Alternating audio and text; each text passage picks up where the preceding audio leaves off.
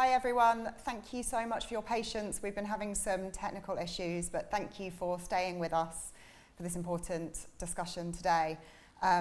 If you did need to dash off, we can send you the recording from this, but we'll get cracking and we will try to get through the whole topic in time. I'm Jennifer Elworthy and I'm really excited to be here today to represent the IVF network in association with Parallel, talking all things fertility and how it impacts people in the workplace and how both companies and employees can benefit from some of the support topics that we've got in mind. I will let my panel introduce themselves. Hi, I'm Jessica Anderson Ramshall. I'm a HR Director at Journey HR. We're a consultancy and we predominantly look after founder-led organisations. Hi, my name is Seema Duggal. I'm a Development Officer for Fertility Network UK. We're the UK's national charity. Hi, I'm Millie Kempley. I'm a Senior Solicitor at Taylor Wessing. I advise clients in relation to all things employment law related, especially advising on HR related family-friendly policies. Thank you so much for being with me and thank you again for joining us and your patience here. We're going to start with Seema, who's going to talk to us about her fertility journey and the lack of support she had in the workplace and how that impacted her. Seema, I know this is hard for you to talk about, so just take a break whenever you need to. Thank you.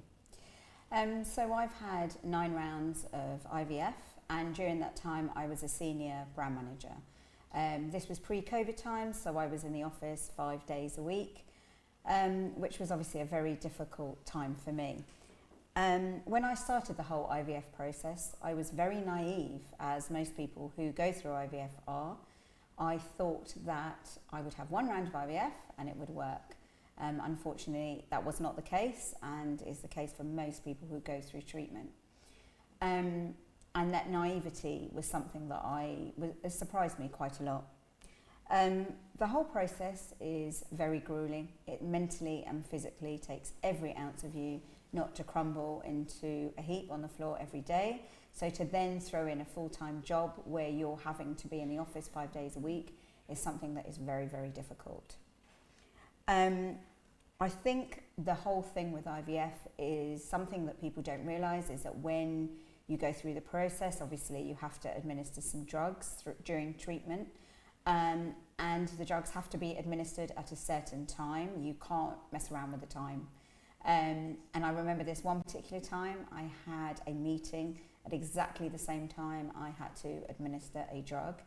I did tell my line manager. He did know I was going through treatment but was not as supportive as perhaps I would have liked. So on this particular occasion when I had this meeting, I went to the toilets, administered the drug, ran back to the meeting, and this particular drug often made you feel a bit sick, a bit dizzy, a bit disorientated, and I had to just get into the meeting and it was really, really difficult. And at the end of the meeting, my line manager said to me, "Oh, you didn't ask this question or you didn't talk about this."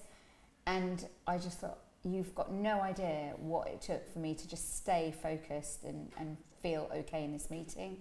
I remember running out of the meeting, went to the toilets, and I must have cried for about an hour because it was just all so overwhelming. And I thought to myself, how can I carry on like this? I'm doing something that's so important, trying to have a baby, but I'm worried about this meeting and doing everything. It was all too much. One thing I think people need to be aware of is most people who go through IVF don't really like to tell too many people. You don't want to jinx it. I went through the process, I didn't tell most of my family, so workplace and colleagues was something that I just didn't want to share. So I think that's something to be aware of, and it's just because it's so private and it's something that you're scared to talk about because you're scared if you talk about it, it won't work. And so that's something that really I didn't get any support from colleagues because of that. Ultimately, the support of the line manager is something that I would have benefited from. We didn't have a fertility policy in my workplace, and after about the 5th or 6th round, I approached my HR and said, I need some additional time off, because prior to that, I was taking all my time off with holidays or sickness, and I literally was running out of holidays. So after much fighting and much showing my appointments and scans and going through a lot, They eventually gave me 2 days for the cycle, which was great, and I really did appreciate it. But unfortunately, that cycle didn't work. So then when I went for another cycle, I assumed I would have another 2 days, but that wasn't the case. When I approached HR, they said, you've had 2 days already. And I was like, but I need 2 days per cycle. So that was something that I really did struggle with. My line manager often wanted me to make sure that I was at my desk at 8:30, which is when I started to work. So I remember having to get up at about 5 in the morning because my clinic was so far away. Going to the clinic, having either a procedure or a scan, which was often not very pleasant, driving back, sitting at my desk at 8:30 and going, right, let's get on with work. And I look back now at that time and I just think, how and why did I do it? I think no one who goes through IVF wants to go through IVF, and that's something that employers need to be aware of. Not just the physical and mental toll that it takes, but also the financial side of things. And I think that's something that people really need to think about. Time off and support are the two things that would have really benefited me. If my manager had just said to me prior to that meeting, look, go and do the drugs that you need to administer, give yourself 10 minutes, have a cup of tea, come back, he would have got the best version of me at work, and I would have been far more productive in the workplace. As part of my journey, I also went to Spain for treatment, and again, I needed a week out there and I had to take that off on holiday. So there are just so many different strands to the journey that perhaps people are unaware of. I think as an employee, you want to be the best, you want to do what you can at work and be productive. So having the support of your line manager is definitely crucial to attaining that. Thank you for sharing that with us, Seema. It's a heart-wrenching story and I'm so sorry that you went through it. I have also had IVF and I went through a different situation with work where I was supported, I had a positive experience. The common theme there is that there wasn't a fertility policy. So although I worked for a lovely company with a very supportive managing director, I didn't know what to expect. I didn't know the law. I didn't know the right questions to ask, from what I needed. And so a fertility policy would have really, really supported me through that time. Jess, what can employers do to support people going through fertility challenges? So I think a lot of employers don't quite know where to start. It feels like such a large topic and a difficult subject. So many maybe just don't start, and that's the worst thing you can do. Going to a company, an organisation like the IVF Network, which is pretty much a one-stop shop to offer you all kinds of advice and support, is a brilliant place to start your journey, and getting a policy in place as well. I've been working with the IVF Network on developing their fertility policy, which you can download free of charge. So it's a great place to start to build that support for your base of employees. And if you'd like to get hold of that fertility policy template, then speak to your Parallel or IVF Network contact and we'll make sure that you get hold of that as soon as it's ready. I think the other thing that the IVF Network offers is a real resource of knowledge that would cost you a fortune elsewhere to kind of seek that diversity of opinion, but it's all there in one place. Everything from the different kind of clinics that you could go to, right through to complementary therapists and then fertility policies and line manager training. So there's a lot there that can help people. Millie, what's the law with fertility at the moment? So unfortunately at the moment the law does very little to help those that are going through fertility treatment. Protection doesn't actually kick in till the very last stage of that treatment when a woman does become pregnant, and as we all know that is quite often the very, very last stage after a very long, very gruelling, very tiring process like Seema's explained. So at the moment there's no statutory right to time off, but what is being proposed is a new fertility bill that would introduce a right to paid time off for those that are going through fertility treatment. And that could be the very start of the treatment, that could be when they are going for their hospital appointments, their hormone treatment, and it would mean that they are kind of protected and have that same level of protection as a woman that has luckily got pregnant naturally, as she would have with antenatal appointments as well. The bill would also mean that employers have to have a fertility policy that Jess has explained, and they would be required to make sure that statutory right to time off is dealt with in that policy. And alongside the bill, there's also a fertility pledge that is being run, and employers that sign up to it would then pledge to have a policy in place to deal with the right to time off, but they'd also have an ambassador within the organisation that is there to support employees that are going through fertility struggles, and they can go to and they can have a kind of supported, confidential conversation in relation to those issues. A number of big UK employers have already signed up to that pledge, so NatWest Bank, Metro Bank and Channel 4 have already signed up to the pledge.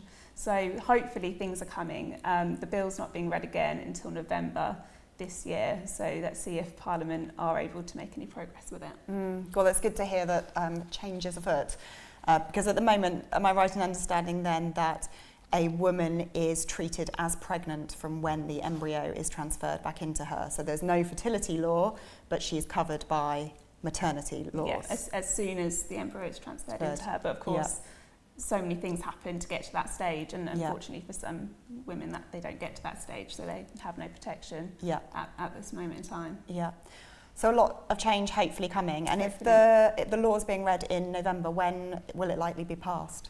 Oh, who knows? It's just a parliamentary reading, and it's actually scheduled for a day that Parliament aren't sitting, which is helpful. But let's hope that change is happening, and I think that now that individuals, many employers are recognising that this is a key issue, and actually, in Europe we're quite far behind. So, for example, in Malta there is legislation that employees are entitled to 60 hours paid for time off to attend such appointments, and actually their partners can have 40 hours paid time off to attend the appointments.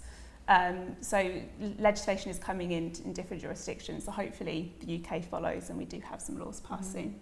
It's great to hear the partner aspect of that as well, because whether you're in a same-sex couple or heterosexual couple, the partner's role in it is huge, and they are likely to have been through a lot of grief and emotional turmoil in the lead up as well. So it's good to see that they're being covered as well. Jess, knowing that change is hopefully coming, what can companies do to get themselves ready for this? Because this is a big, big change, and I'm sure that so many companies will want to support their employees, but they've also got to run a business and make sure that the numbers stack up. What can they be doing? I think education is a really huge piece here. So getting to know any new legislation that's coming in place, getting your policies in order as soon as possible, but also educating your managers, educate those line managers so that when someone comes to talk to them to explain that they're having fertility challenges, or they're going through IVF, or their partner is going through IVF, those managers deal with those conversations in a sensitive manner and in the right manner, and they know what to say.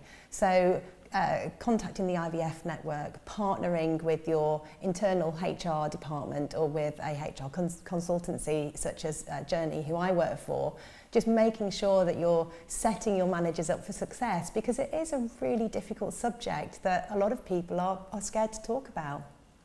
Absolutely, and I think managers are not really trained to be managers, are they? So often we are good at our jobs and then suddenly are responsible for people's emotional well-being, and I know that's something that I wasn't trained in. What can be done with that? People don't necessarily need the answers, do they? But they need to understand a little bit about fertility. Exactly. I think the best thing a manager can do if someone comes to talk to them and explains they're having these challenges, if you don't know the answers, that's okay. But just the first port of call is be sympathetic to what's happening, listen to what that employee wants, make sure that you're reflecting back the terminology that they're using. So if the employee is using miscarriage, for example, or baby loss, reflect that terminology back. So being respectful to how that employee is talking and dealing with their own situation.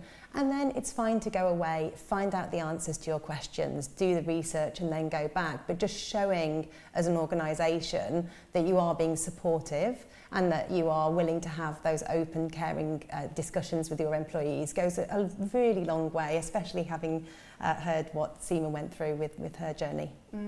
Absolutely. And I think that's what my managing director was really good at, was just listening to what was happening. He knew that I'd had recurring miscarriages and ectopics, so that it wasn't the first conversation we'd had about this. And he didn't know the answers, and he said, I will help you and I will support you. I need to go and speak to HR. And then came back to me with a plan, and they actually gave me a week off for my treatment.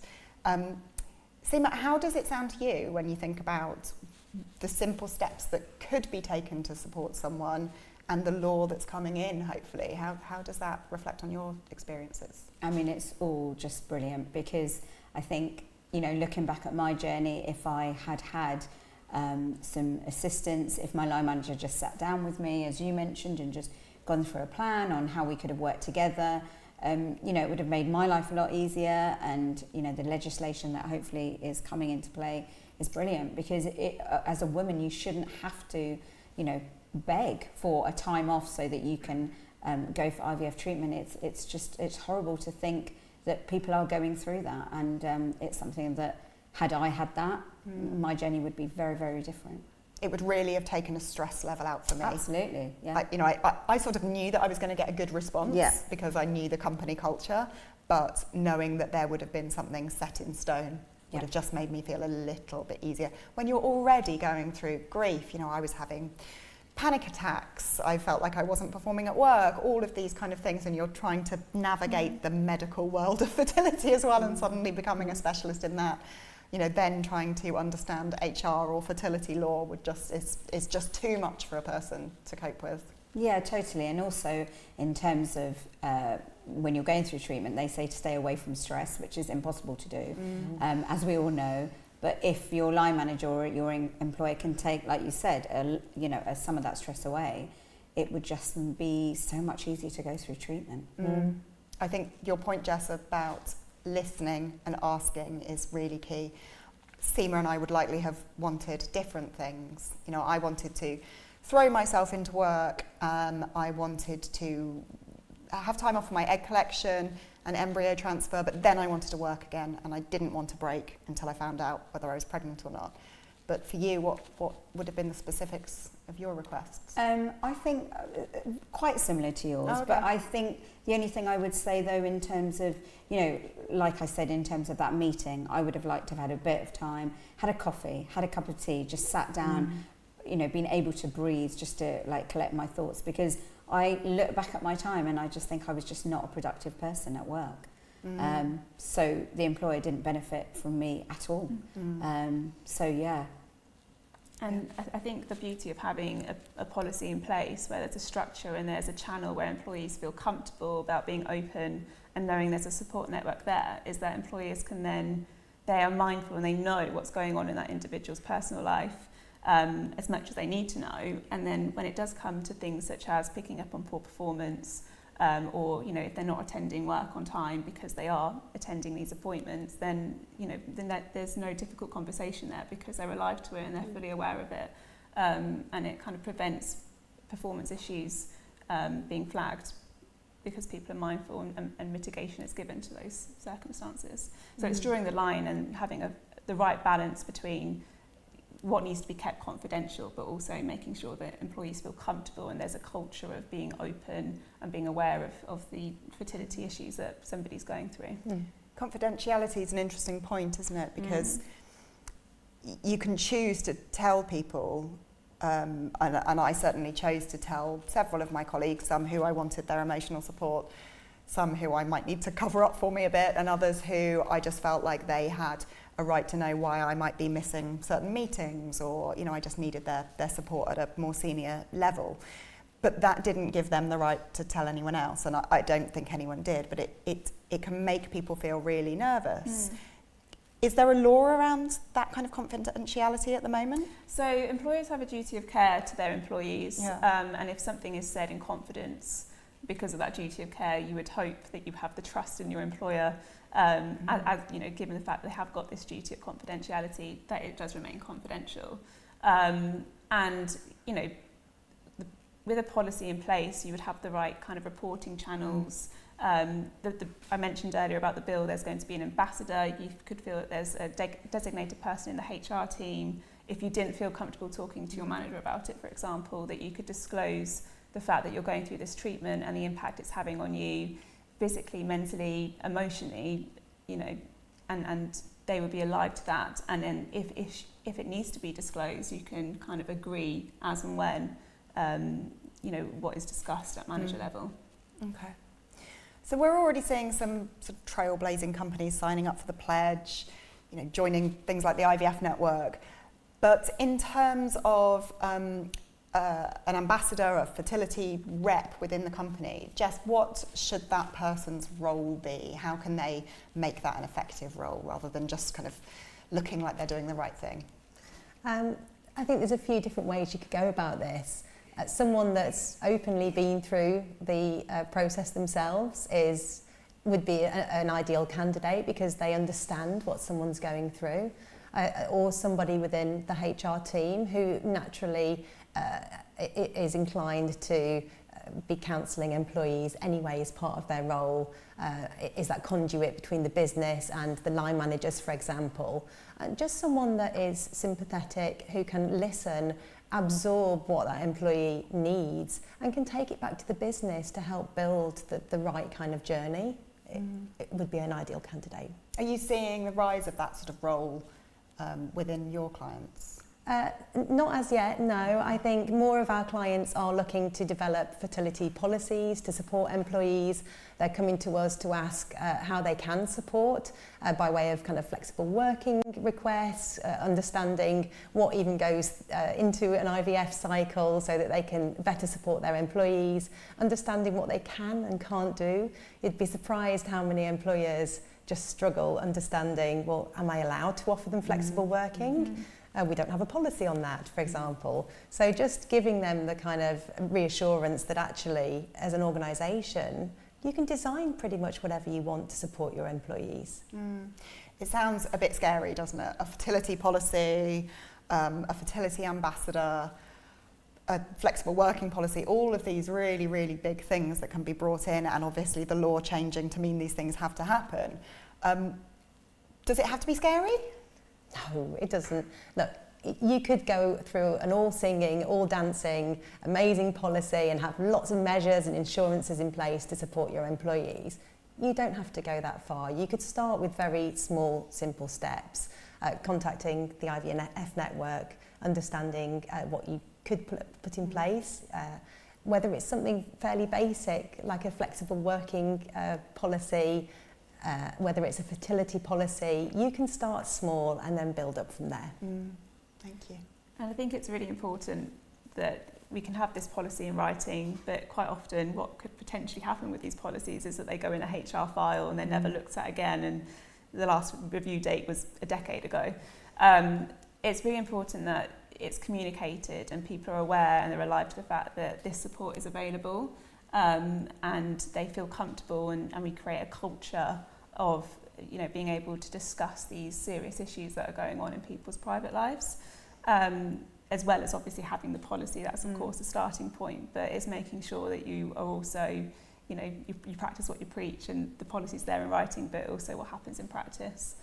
Absolutely, there's the law, yeah, and there's the policy, and then there's what really happens and the real life impacts on people. I mean, at the moment, this bill, it's not, unfortunately, it's not legislation at the moment. It's simply a bill that's being read through Parliament that needs to be voted on. But of course, employers can always go above and beyond what the law says, and a number of UK employers do offer right to pay time off for fertility treatment. A number of huge tech companies, Apple, Facebook, all offer very, very beneficial terms when it comes to fertility treatment, and some of them also offer grants in terms of helping people go through that treatment. So of course it doesn't have to be to the extent of that in terms of what really large companies can offer, but it's making sure that support is there available to employees, and you don't have to just sit and wait for this legislation to be passed if it ever does get passed. You know, you can go above and beyond, and if you wanted to afford employees the same rights that those that have fallen pregnant naturally and then have the right to antenatal appointments, you can of course do so, and that's what we would recommend. Thank you. Seema, how does the idea of a fertility ambassador seem to you? What could that have given you? What would you like to see in that role? I mean, that would be amazing. I wish I had one. When you've gone through treatment, and this is going to sound a bit, I don't know, but in terms of unless you've gone through treatment, you really don't know what it feels like. And I say that quite lightly because I know people try to understand, but unless you've gone through the treatment and you've lived in it day in, day out, my journey was over 10 years, you know, and it's become a big part of who you are. So if I had an ambassador, if there was somebody who had gone through it, who could have advised me on perhaps how I should talk to my manager, that would have been so much more help. And also to have somebody at work to support me, so that if I just needed 5 minutes, or somebody that I didn't have to go through the whole, well, this is because of this and because I went for a scan, but somebody who knew and understood the process, that would have really helped me. So I think the idea of an ambassador is something that would be amazing in the workplace. I mean, it's a really simple thing to bring in, isn't it? Yeah. We're seeing the rise just of, you know, employee groups who are working towards change in their organisations. So perhaps this is something that could happen as well. Yeah, absolutely. It's all positive change. Millie, you touched on Malta and the US earlier. What can we learn from those countries? What would you love to see taken from there, brought here? I think the main thing is that they're forward thinking when it comes to all the different ways that many people go through in creating a family, and actually, you know, a vast majority of people do fail to fall pregnant naturally and have to go through fertility treatment, and it's recognising the fact that this should be treated exactly the same way as it would when you know, a woman falls pregnant and she is able to pay time off for antenatal appointments. And I think that if you recognise that, and the culture within your business is that we value the fact that people take many different ways to start a family, then you're probably more likely to hang on to your employees. If you see the fact that that is valued within your business, then they'll recognise that and they'll be more likely to stay with you. And value the support that you offer them. So not just about doing the right thing and looking after your employees, but also about thinking about the business, you know, those bottom line numbers that, you know, it's expensive to hire new people, isn't it? Absolutely. And lose your top talents. Yeah, and people are more likely to stay with you if they know that they are valued and you have supported them through something that is probably the most major thing that they'll go through in their lives. Yeah, absolutely. And I certainly felt like that with my positive experience at work, that I really wanted to work hard. You know, I was very committed to my company and very loyal to them. They'd seen me through a very difficult time, and I was very grateful to them for that. Yeah. Yeah, I think that speaks volumes. Yeah, absolutely. Jess, I'm slightly putting you on the spot here. Can you think of any examples, maybe it's not within fertility, but when a company has brought in something really new to support their employees and they've kind of seen really, really great results, whether it's kind of increased loyalty or, you know, a workforce that are happier on a well-being score or something like that? Gosh, I have put you on the spot. You are put on the spot. Look, I think lots of our clients who are smaller businesses and they don't know where to start in terms of any policies, procedures, workflows. Putting the basics of anything in place that will support your employees ultimately creates great change within the organisation. You want, to your point, Millie, you want people to be able to bring their whole selves to work.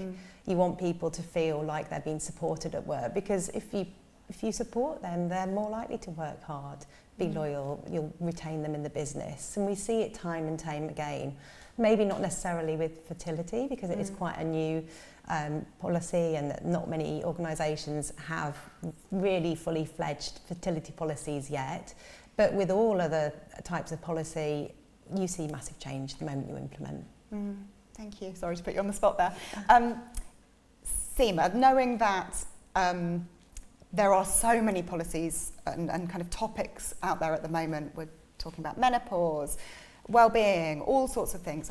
Why fertility? Why should a company think, I'm going to focus on fertility, this is the first thing we're going to fix here? I think the most important thing to remember is the statistics are quite high. 1 in 6 people will go through infertility treatment, which equates to over 3.5 million people. And I think that's the number one thing to realise. If that's 1 in 6, if you look around you in your workplace, that's quite a lot of people. And I just think so we need to start talking more and more about fertility, because it's something that is becoming, something that a lot of people have to go through. And prioritising it is important, like you were saying about retaining people in the workplace. I'm just going to close with, if you could just give me your one top tip for making change in the workplace and the most simple thing that the people listening can do. Millie, do you want to start? I would say my top tip, acting for many employers on workplace issues, is communication. Communication and support is key in the workplace, and channeling that through fertility policies and making sure that employees feel that they're supported, but they also have an open channel of communication is key. Thank you. Jess? I guess do your research, utilise the resources out there. The IVF network, for example, has a wealth of knowledge for businesses small and large, so utilise those resources, use them to train your line managers, and you'll see some fabulous results. Thank you. Seema?